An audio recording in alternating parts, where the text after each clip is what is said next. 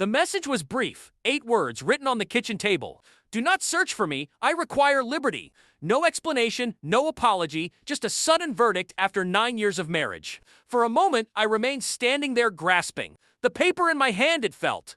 Incredibly heavy liberty. That was the word she chose. As if I'd been the captor all along, but I didn't.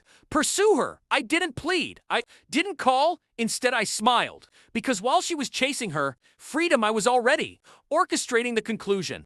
We weren't always like this, I once thought. She was my support system, my trusted ally, the one person who understood me when the rest of the world insisted on facades and politeness we created. A life together exchanged, vows and secrecy. I gave her everything. She asked for security, ease, and a tomorrow, but love. When it's taken for granted, curdles into entitlement she became.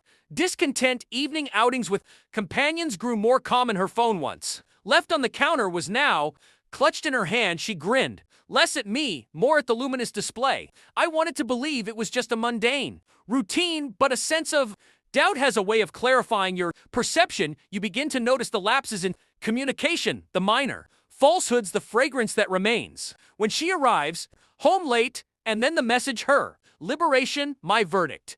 She thought she had written the final line. She had no idea I was already devising the next act. The truth wasn't hard to find. Deception seldom conceals itself effectively. Her liberation had a name, a face, and a history. A colleague from her workplace. I followed the trail, she thought. She'd erased deleted messages, shared locations, receipts tucked away. The anger was there. Yes, the gut punch of shame, but I suppressed it. Anger is boisterous, chaotic, simple to disregard. Patience is quiet, methodical, ruinous. I decided then I would not challenge her.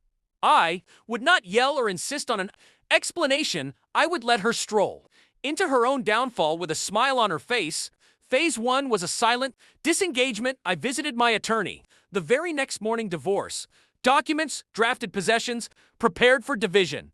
Except I made sure all accounts and cards she had access to were suspended. She wanted liberty. Let her acquire it herself. Phase 2 was command. I transferred funds into trusts, assigned property deeds, changed passwords. I built a cage of documents and signatures she couldn't see until it was too late. Phase 3 was quietness. I didn't call her, didn't search for her. I let her think. She destroyed me. Let her imagine me curled in the dark. Waiting desperation makes individuals reckless. And finally, phase 4, timing. The legal hearing was scheduled. My attorney sent her notice she would have to return eventually, and when she did, I would already be 10 moves ahead. While she played house with her freedom, I arranged a getaway, an intentional display of nonchalance, sunshine, beaches, photographs of me grinning with a glass in hand. I knew she'd see them. Shared acquaintances are prone to gossip, and social media travels faster than guilt. She expected rage. She got indifference. That inflicted a greater wound than fury. When she finally returned 3 days before the hearing, she wasn't gleaming with liberty. She was empty. The man she escaped with had no desire to keep her. She was merely another fleeting excitement effortlessly substituted. And when she tried to use the cards, the accounts, she found nothing but rejected purchases. Her independence was suddenly very expensive, I imagined. Her face each time she swiped and failed. That, more than any words, was my vengeance starting to materialize. The true moment arrived outside my attorney's office. I stepped out of the car, composed, wearing a crisp suit, everything prepared. And there she was standing on the curb, eyes puffy, makeup smeared. She reached for me. Please, we must speak. I regarded her as you would a stranger regarding what. Her voice broke. I committed an error. I thought I wanted something else, but it's not what I thought. I want to return home. The paradox almost made me laugh.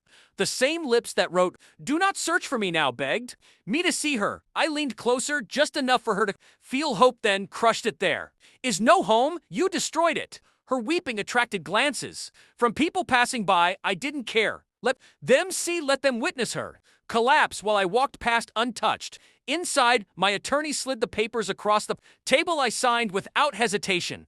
Outside, she collapsed in quiet. That was the final time I saw her as my spouse. After that day, she became just a record and a document. I didn't hate her, not any more. Hate would have meant she still held a piece of me. What I felt was colder, sharper finality. She wanted freedom. I gave It to her stripped of comfort, stripped of safety, stripped. Of me, she confused kindness with frailty. She thought love was endless without conditions, but even the most tolerant person has boundaries.